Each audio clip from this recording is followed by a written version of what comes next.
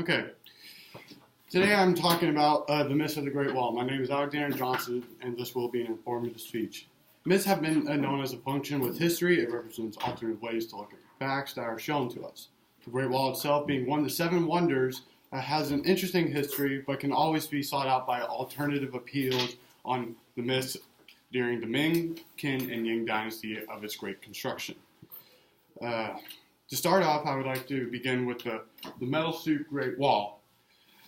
In this dynasty, known as the Ming Dynasty, this famous section of the Great Wall, also known as Hung Ha Shing, derives from the story where the emperor noted a builder named Sai Kai to build this section of the wall.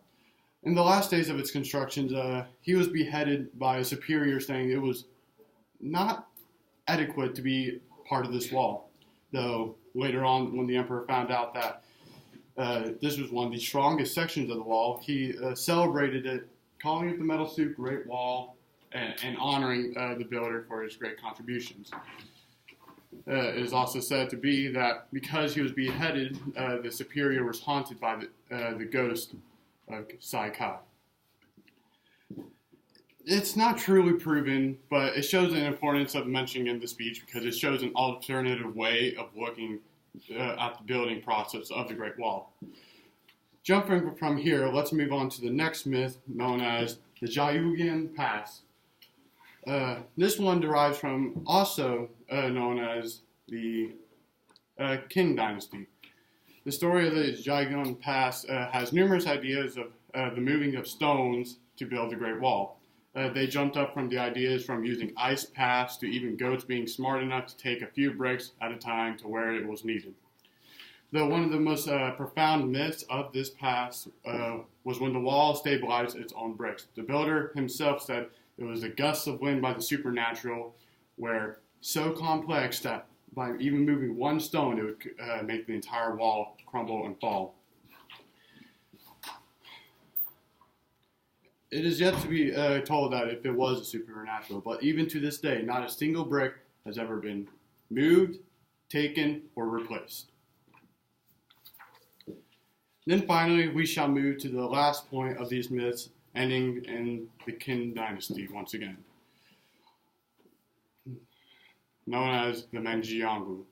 In what appears to be a starting legend of the Great Wall, it also appears to be a tragic love story where Meng, who was separated from her husband because he was taken by the officials because he ran away from the work of site where he once built the Great Wall.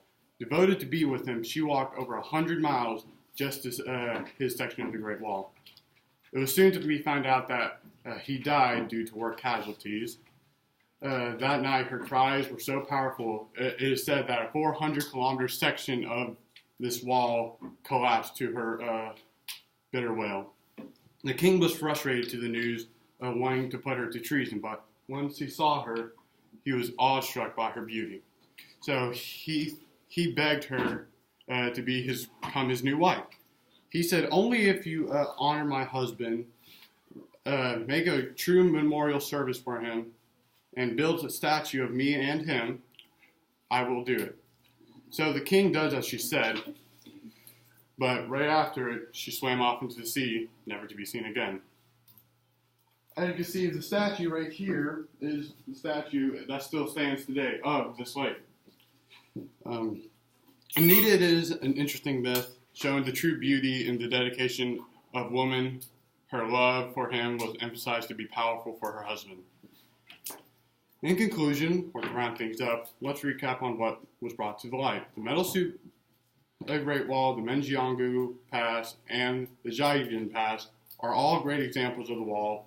Just like every great monument of the Middle Ages, the Great Wall has many stories to tell. These stories of this Great Wall has shown great dedication to the Chinese people.